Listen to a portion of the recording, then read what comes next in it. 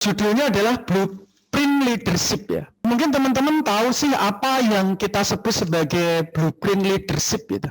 Bagaimana sih kita disebut punya cetak biru kepemimpinan? Jadi dalam Quran surat Al-Baqarah sudah disebutkan bahwa ingatlah ketika Tuhanmu berfirman kepada malaikat ya, sesungguhnya aku hendak menjadikan seorang khalifah di muka bumi. Dari sini sudah terlihat manusia diciptakan untuk menjadi khalifah di muka bumi. Tentunya semua yang pernah diberikan ya, seperti gunung-gunung ya, alam semesta ini diberikan oleh Allah untuk bisa menjadi pemimpin, itu menolak gitu.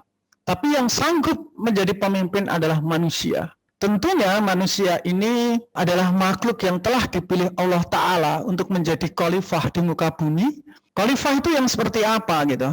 Nah ini dalam hadis riwayat Bukhari disebutkan bahwa setiap kalian adalah pemimpin dan akan dimintai pertanggungjawabannya atas yang dipimpinnya.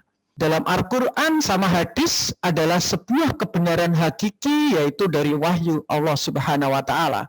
Pemimpin sejati adalah seorang apa?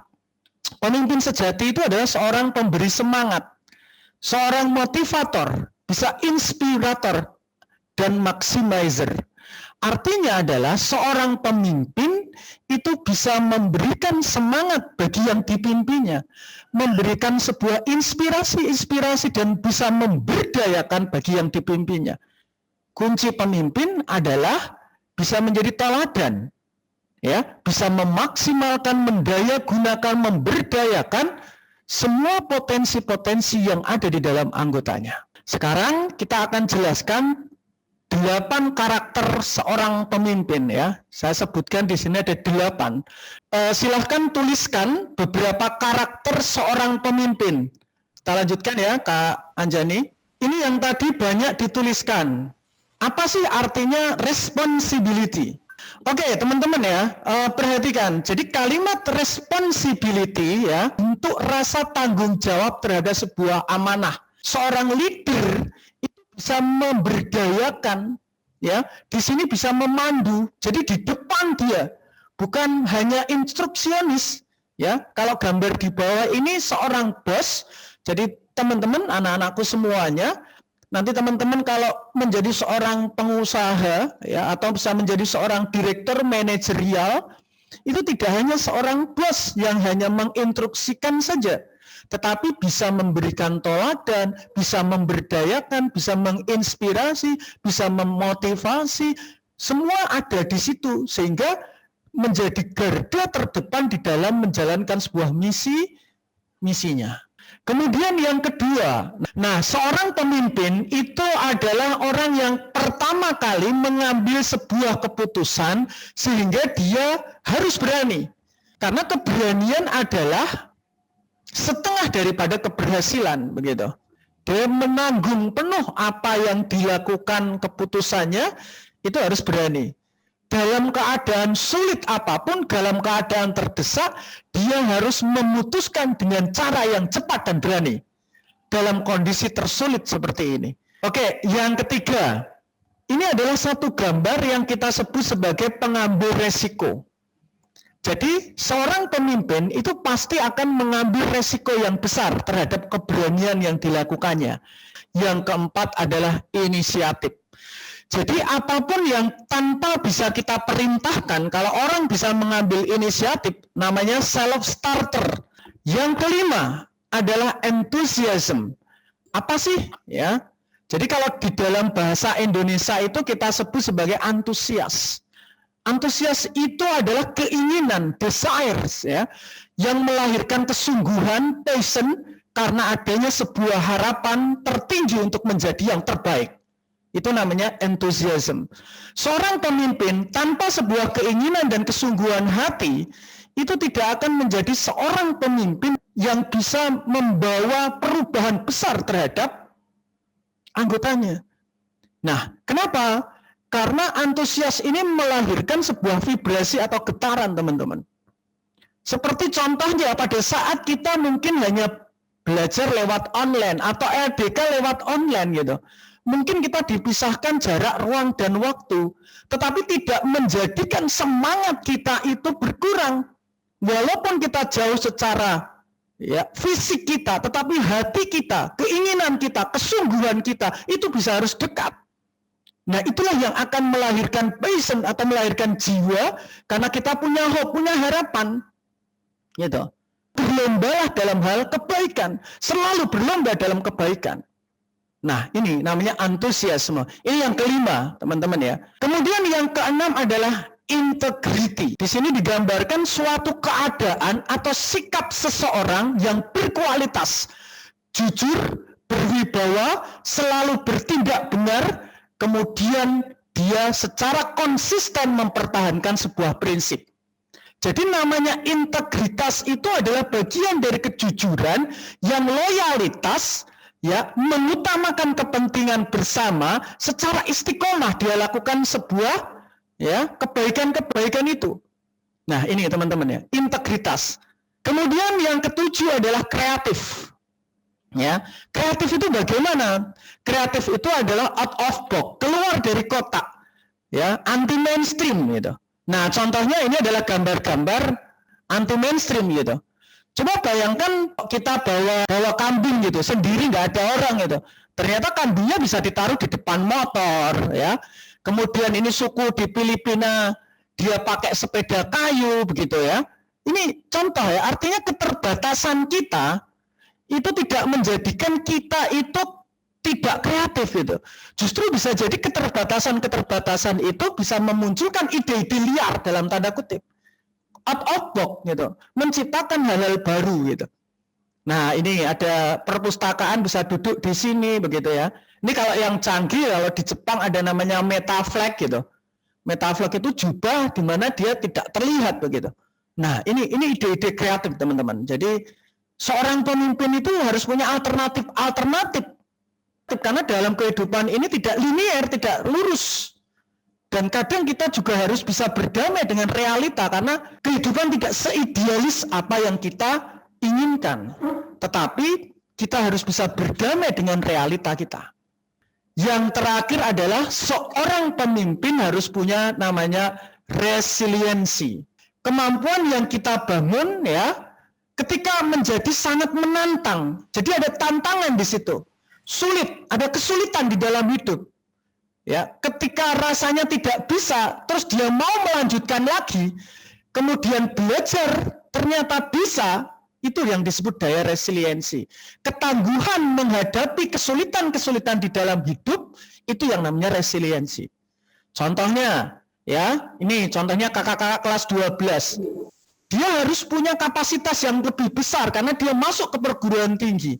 Maka dia harus mengupayakan pindah dari sebuah wadah kecil ke wadah besar untuk punya kapasitas besar. Maka dia harus punya kesungguhan menghadapi kesulitan-kesulitan. Terus butuh pengorbanan, daya adaptif yang tinggi. Nah, inilah yang disebut daya juang. Ya, kalau dalam kecerdasan itu dikenal sebagai adversity quotient atau kecerdasan mengelola kesulitan-kesulitan di dalam hidup. Nah, inilah 8 dari karakter. Sebenarnya karakter seorang pemimpin banyak. Tapi hari ini Bapak menjelaskan ada 8 karakter. Yang pertama adalah pengambil ya, tanggung jawab, yang kedua adalah berani, yang ketiga pengambil resiko, yang keempat ya punya integritas, yang kelima pengambil inisiatif, yang keenam tadi adalah punya kreativitas, gitu ya. Yang ketujuh tadi ada integritas, ya apa? Antusias. Nah, yang kedelapan adalah daya resiliensi. Oke ya. Nah, sekarang ice breaking. Boleh dituliskan di chat atau boleh ditunjuk? Boleh dituliskan? Beda dari yang lain, Pak. Oke, berbeda dari yang lain. Ya, kalau dari 8 sifat tadi apa ini teman-teman? Inisiatif. Nah, yang kedua, yuk gambar ini teman-teman. Betul sekali. Nih, tanggung jawab. Betul. Oke, yang ketiga? Itu Haifa. Oke, betul. Resiliensi. Oke, yang terakhir. Betul sekali. High Grace. Wah, udah pinter-pinter nih ya. Luar biasa sekali. Oke, ya, Bapak agak cepet aja nih. Nih, bedanya nih teman-teman ya. Jadi kalau leader ya, nih, Kalau manajer bos itu hanya menginstruksikan, tapi kalau leader itu memberdayakan. Kalau bos itu hanya melihat masalah, ya, tapi kalau leader memberikan, ya, masalah ini bisa menjadi sebuah kesempatan gitu. Ya, kalau bos itu hanya short term, pikirannya pendek, tapi kalau leader itu long term, pikirannya panjang, jangka panjang, visioner. Ya, kemudian kalau manajer itu hanya menge-approve saja, tapi kalau leader itu bisa memotivasi. Ya, nah kalau bos itu hanya memvoting dari kepalanya, dari pikirannya, tetapi kalau leader memvote itu tidak hanya dari pikiran, tapi dari hatinya.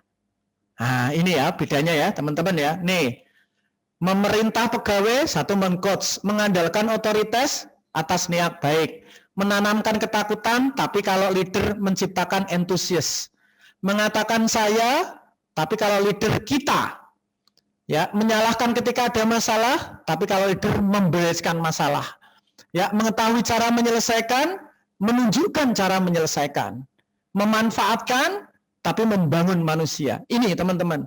Maka besok apapun profesi kita, tentunya kita pasti jadi pemimpin, ya, jadilah yang sebelah kanan. Ya, kita jadi golongan kanan, bukan jadi golongan kiri, ya, seperti itu, teman-teman. Oke, ya. Nih contoh-contoh gambar ya, selama penderitaan loh, agen of change. Ya, selama penderitaan 27 tahun dalam penjara justru melahirkan perubahan dalam dirinya. Oke, yuk silahkan tebak, Kak. Siapa dia?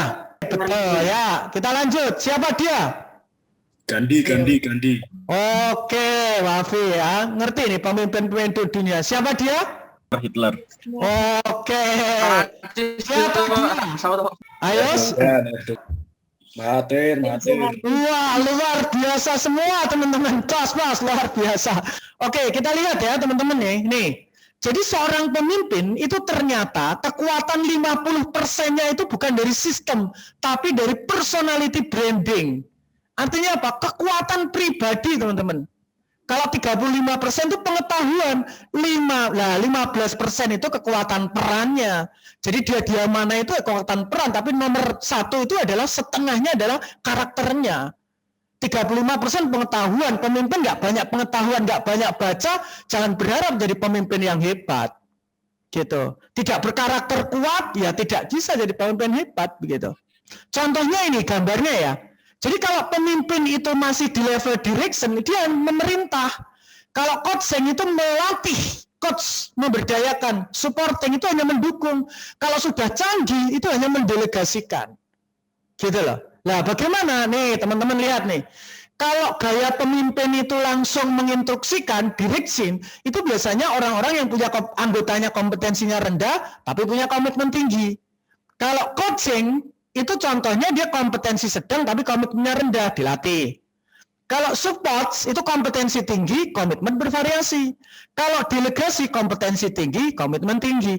Jadi kalau pemimpin itu sudah punya anggota, punya kompetensi tinggi dan komitmen tinggi, hanya mendelegasikan. Tapi kalau kompetensinya rendah, komitmen tinggi harus diinstruksikan, begitu teman-teman. Nah, maka OSIS ini diharapkan teman-teman punya kompetensi tinggi dan komitmen tinggi. Sehingga kalau didelegasikan, itu sudah bisa jalan.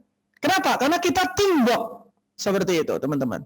Jadi manusia itu punya kecerdasan masing-masing. Itu dilihat dari mesin kecerdasan cara memimpinnya. Nih, tak tunjukkan nih. Ini ada George Bush menggunakan otak kanan. Barack Obama menggunakan otak kanan limbik ya. Ini contoh-contoh pemimpin dunia dengan mesin-mesin kecerdasannya. Nih kita lihat ya, contohnya menggunakan ini tipe organisatoris, cerdas, manajerial, integritis, dan kendali. Kemudian Mahathir Muhammad tadi ya, transaksionis, handal, ulet, produktif, oportunistik, stabil, realistis, pragmatis. Kemudian, nah ini George Bush, ya futuristik, visioner, optimis, kapitalis. Nah ini tipe sidik jarinya begini. Nah ini demokratis, terbuka, transparan, suka mendelegasikan, populis, mengakar. Ini saya lupa namanya ya. Altruistis, responsif, sederhana, kompromis, egaliter, proteksionis. Nah ini ada dengan karakter sidik jari kita, teman-teman. Tipe-tipe sidik jari. Nah, pertama, sadari kita semua adalah pemimpin, kenali gaya kepemimpinan kita, jadilah pemimpin untuk kemaslahatan. Oke, sementara itu dulu, teman-teman.